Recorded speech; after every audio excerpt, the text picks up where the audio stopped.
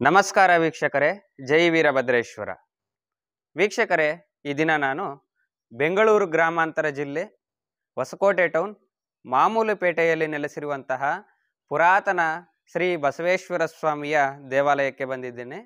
ಇಲ್ಲಿ ಬಸವೇಶ್ವರ ಸ್ವಾಮಿಯವರ ದರ್ಶನವನ್ನು ಪಡೆಯುತ್ತಾ ಈ ದೇವಾಲಯದಲ್ಲೇ ನೆಲೆಸಿರುವಂತಹ ಶ್ರೀ ವೀರಭದ್ರ ಸ್ವಾಮಿಯ ದರ್ಶನವನ್ನು ಸಹ ಪಡೆಯುತ್ತಾ ಈ ದೇವಾಲಯದ ಪೂರ್ತಿ ಮಾಹಿತಿಗಳನ್ನು ಸಹ ತಿಳಿದುಕೊಳ್ಳೋಣ. ಬನ್ನಿ ವೀಕ್ಷಕರೇ. ಹೊಸಕೋಟೆ ಟೌನ್ನಲ್ಲಿರುವಂತಹ ಈ ದೇವಾಲಯವು ತುಂಬ ಪುರಾತನ ಕಾಲದ ದೇವಾಲಯವಾಗಿದ್ದು, ಇಲ್ಲಿ ನಾವು ಪ್ರಧಾನವಾಗಿ ಮಹಾಗಣಪತಿ ಬಸವೇಶ್ವರ ಸ್ವಾಮಿಯ ಸಮೇತವಾಗಿ ತುಂಬ ವಿಶೇಷವಾಗಿ ಸೌಮ್ಯ ರೂಪದಲ್ಲಿ ನಮಗೆ ದರ್ಶನವನ್ನು ಕೊಡುವಂತಹ ವೀರಭದ್ರ ಸ್ವಾಮಿಯನ್ನು ನೋಡಬಹುದು. ಹೊಸಕೋಟೆ ಬಸ್ ನಿಲ್ದಾಣಕ್ಕೆ ಈ ದೇವಾಲಯವು ತುಂಬ ಸಮೀಪವಾಗಿರುತ್ತದೆ ವೀಕ್ಷಕರೇ. ಹೊಸಕೋಟೆಯನ್ನು ತಲುಪಲು ಬೆಂಗಳೂರಿನ ಸುಮಾರು ನಗರಗಳಿಂದ ಬಸ್ ಸೌಲಭ್ಯವೂ ಸಹ ಇದೆ.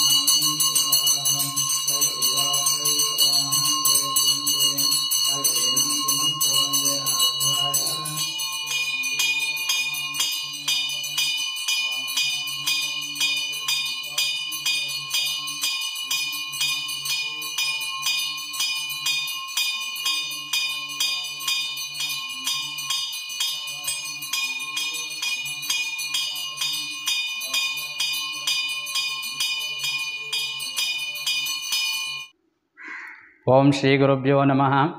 ಪಂಚಾಸ್ಯಾವದನೋದ್ಭೂತಾನ್ ಪಂಚತತ್ವಾದಿನಾಯಕಾನ್ ಪಂಚಬ್ರಹ್ಮಮಯಾನ್ ಪಂಚಾಚಾರ್ಯನ್ ಜಗದ್ಗುರುನ್. ಈ ಒಂದು ಕ್ಷೇತ್ರದಲ್ಲಿ ನೆಲೆಸಿರುವಂತಹ ಬಸವೇಶ್ವರ ಸ್ವಾಮಿ ಸಹಿತ ಶ್ರೀ ವೀರಭದ್ರ ಸ್ವಾಮಿ ಮಹಾಗಣಪತಿಯಲ್ಲಿ ನಮಿಸುತ್ತಾ, ಈ ಒಂದು ಸನ್ನಿಧಿ ಇರುವುದು ಬೆಂಗಳೂರು ಗ್ರಾಮಾಂತರ ಜಿಲ್ಲೆ ಹೊಸಕೋಟೆ ತಾಲೂಕಿನ ಹೊಸಕೋಟೆ ಟೌನ್ನ ಮಾಮೂಲುಪೇಟೆ ಎಂಬ ಸ್ಥಳದಲ್ಲಿದೆ. ಈ ಒಂದು ದೇವಾಲಯದ ಒಂದು ಪೂಜಾ ಕಾರ್ಯಗಳನ್ನು ಮತ್ತು ದೇವಾಲಯ ಒಂದು ವ್ಯವಸ್ಥೆಗಳನ್ನು ನೋಡ್ಕೊಂಬಂದಿರೋರು ಹೊಸಕೋಟೆ ನಗರದ ವೀರಶೈವ ಸೇವಾ ಸಮಾಜದ ವತಿಯಿಂದ ಅನಾದಿ ಕಾಲದಿಂದ ಹಿರಿಯರು ಸಮೇತ ಈ ಒಂದು ದೇವಸ್ಥಾನದಲ್ಲಿ ಪೂಜಾ ಕಾರ್ಯಗಳನ್ನು ನಡೆಸ್ಕೊಂಡು ಬಂದಿರ್ತಾರೆ. ಈ ಒಂದು ಕ್ಷೇತ್ರಕ್ಕೆ, ಈ ಒಂದು ಸನ್ನಿಧಿಗೆ ಅನಾದಿ ಕಾಲದಿಂದ ಪೂರ್ವ ಕಾಲದಿಂದಲೂ ಸಹ ಇತಿಹಾಸ ಉಂಟು. ಹಿಂದೆ ಈ ಒಂದು ಜಾಗದಲ್ಲಿ ಹೊಸಕೋಟೆಯ ಒಂದು ಸಂಸ್ಥಾಪಕರಂಥ ತಮ್ಮೇಗೌಡರು ಸಹಿತಾದಿ ಎಲ್ಲರ ಒಂದು ಭಾವಚಿತ್ರಗಳನ್ನು ಆಗಿನ ಕಾಲದ ಶಿಲ್ಪಿಗಳು ಆ ಒಂದು ದೇವಸ್ಥಾನಕ್ಕೆ ಬಂದರೆ ಯಾವ ಥರ ಇರಬೇಕು, ಯಾವ ಥರ ಒಂದು ಶ್ರದ್ಧೆಯಿಂದ ಇರಬೇಕು ಅನ್ನೋದನ್ನು ಪ್ರತಿಯೊಂದು ಕಂಬಗಳ ಮೇಲೂ ಕೆತ್ತಿಸಿ ಆ ಥರ ಮಾಡಿದ್ದಾರೆ. ಇಲ್ಲಿ ವಿಶೇಷ ಏನಂದರೆ, ಶ್ರೀ ಬಸವೇಶ್ವರ ಸ್ವಾಮಿಯ ಒಂದು 2 ದೇವಸ್ಥಾನ ಇದ್ದಾವೆ. ಜೋಡಿ ಬಸವಣ್ಣ ಅಂತ ಬೆಳ್ಳಿ ಬಸವಣ್ಣ, ಇನ್ನೊಂದು ದೇವಸ್ಥಾನ ಇದೆ, ಅದು ದೊಡ್ಡ ಬಸವಣ್ಣ ಅಂತ. ಈ ಒಂದು ಬೆಳ್ಳಿ ಬಸವಣ್ಣಗೆ ಒಂದು ಹಿಂದಿನ ಕಾಲದಲ್ಲಿ ಆಳದಲ್ಲಿತ್ತು ಈ ದೇವಸ್ಥಾನ. ಈ ದೇವಸ್ಥಾನ ಆಳದಲ್ಲಿದ್ದಾಗ ಅವಾಗ ಬಂದು ಸರ್ಪ ಬಂದು ಹಾಲು ಕುಡ್ಕೊಂಡು ಹೋಗ್ತಾಯಿತ್ತಂತೆ. ಇಲ್ಲಿ ಹಾಲು ಕುಡ್ಕೊಂಡು ಹೋಗ್ತಾಯಿತ್ತಂತೆ.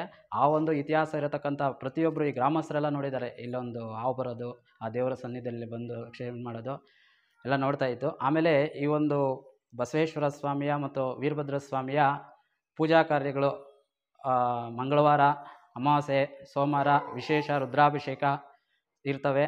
ಆಮೇಲೆ ಸಂಕಷ್ಟರ ಚತುರ್ಥಿಯ ದಿನ ಈ ಒಂದು ಮಹಾಗಣಪತಿಯ ಒಂದು ಸಂಕಷ್ಟರ ಚತುರ್ಥಿಯ ರಥ ಇರುತ್ತದೆ. ಈ ಬಸವೇಶ್ವರ ಸ್ವಾಮಿಯ ಪ್ರದೋಷ ಕಾಲದಲ್ಲಿ ವಿಶೇಷ ಶಕ್ತಿಯನ್ನು ಸಹ ಹೊಂದಿರ್ತಾರೆ. ಆ ಕಾಲದಲ್ಲಿ ಪೂಜೆ ಮಾಡ್ತಾ ಇರೋರೆಲ್ಲ ಆಯುರಾರೋಗ್ಯ ಐಶ್ವರ್ಯಗಳನ್ನು ಪಡೆದು ಅವ್ರು ಏನು ಕೋರಿಕೆಗಳು ಬೇಡ್ತಾರೋ ಆ ಕೋರಿಕೆಗಳನ್ನೆಲ್ಲ ಇವತ್ತು ನೆರವೇರಿಸ್ಕೊಂಡಿದ್ದಾರೆ. ಇಲ್ಲೊಂದು ವೀರಭದ್ರ ಸ್ವಾಮಿ ಏನಂದರೆ ಶಾಂತ ಸ್ವರೂಪದಲ್ಲಿ ನೆಲೆಸಿದ್ದಾನೆ. ಆ ಶಾಂತ ಸ್ವರೂಪದಿಂದ ಭಕ್ತರ ಬಂದಂಥ ಏನೇ ಒಂದು ಕಷ್ಟಗಳನ್ನು ನಿವಾರಣೆ ಮಾಡ್ಕೊಂಬಂದು ಆ ವೀರಭದ್ರ ಸ್ವಾಮಿ ಇಲ್ಲಿ ನೆಲೆಗೊಂಡು ಎಲ್ಲ ಒಂದು ಭಕ್ತರ ಕಷ್ಟಗಳನ್ನು ನೀಗಿಸುತ್ತಾ ವೀರಭದ್ರ ಸ್ವಾಮಿ ನೆಲೆಸಿದ್ದಾರೆ.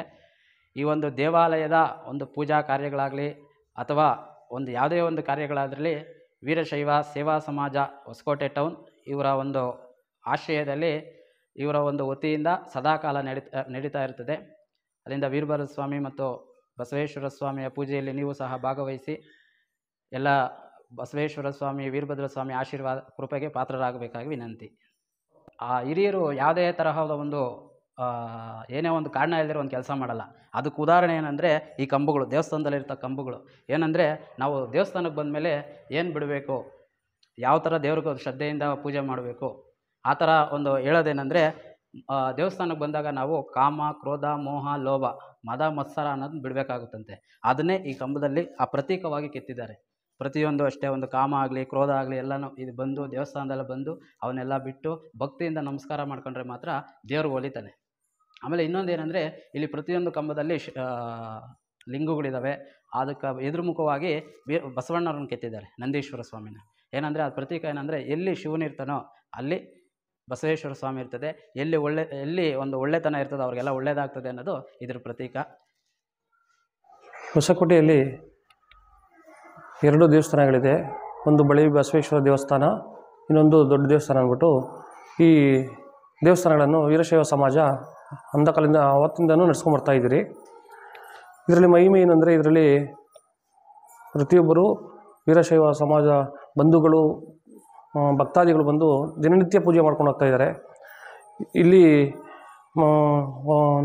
ಪ್ರತಿದಿನ ಪೂಜೆ ನಡೀತಿದೆ ಹಾಗೂ ವರ್ಷಕ್ಕೆ 4-5 ಗ್ರ್ಯಾಂಡ್ ಫಂಕ್ಷನ್ ನಡೀತಿದೆ.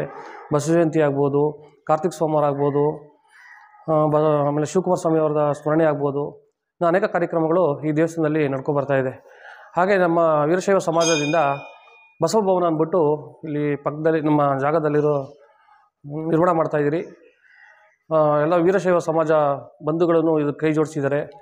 ವೀರಶೈವ ಸೇವಾ ಸಮಾಜ ವತಿಯಿಂದ ಈ ದೇವಾಲಯದ ಪ್ರಾಂಗಣದಲ್ಲಿ ನೂತನವಾಗಿ ಬಸವ ಭವನವನ್ನು ನಿರ್ಮಾಣ ಮಾಡುತ್ತಿದ್ದಾರೆ. ವೀಕ್ಷಕರೇ, ಭಕ್ತಾದಿಗಳು ಈ ಒಂದು ಮಹಾಕಾರ್ಯಕ್ಕೆ ತಮ್ಮ ಸಹಾಯವನ್ನು ಸಹ ನೀಡಬಹುದು.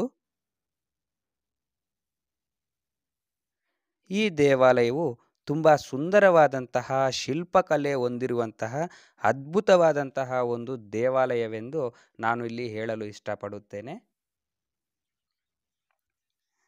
ಇಂಥ ಒಂದು ಸುಂದರವಾದ ಪುರಾತನ ದೇವಾಲಯವು ನಮ್ಮ ಬೆಂಗಳೂರಿನ ಸುತ್ತಮುತ್ತಲೂ ಇರುವುದು ನಮ್ಮ ಅದೃಷ್ಟವೆಂದೇ ಭಾವಿಸಬಹುದು.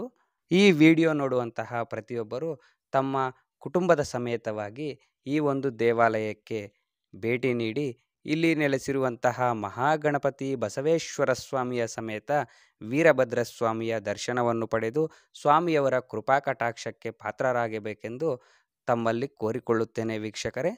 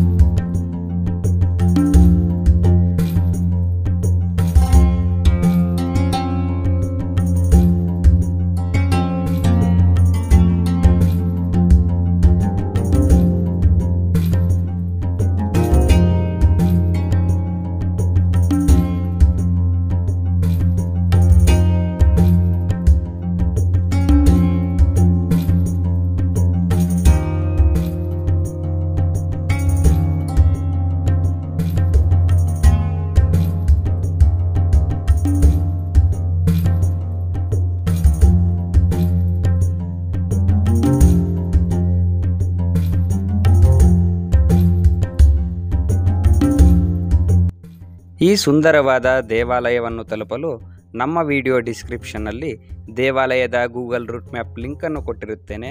ಪ್ರತಿಯೊಬ್ಬರು ಸ್ವಾಮಿಯವರ ದರ್ಶನಕ್ಕೆ ಬರಬೇಕೆಂದು ನಮ್ಮ ಯೂಟ್ಯೂಬ್ ಚಾನಲ್ ಕಡೆಯಿಂದ ಕೋರುತ್ತೇನೆ. ವೀಕ್ಷಕರೇ, ಹೊಸಕೋಟೆ ನಗರದಲ್ಲಿ ನೆಲೆಸಿರುವಂತಹ ಈ ಬಸವೇಶ್ವರ ಸ್ವಾಮಿಯ ಪುರಾತನವಾದ ದೇವಾಲಯದ ಈ ವಿಡಿಯೋ ನಿಮಗೆ ಇಷ್ಟವಾದರೆ ಲೈಕ್ ಮಾಡಿ, ಶೇರ್ ಮಾಡಿ.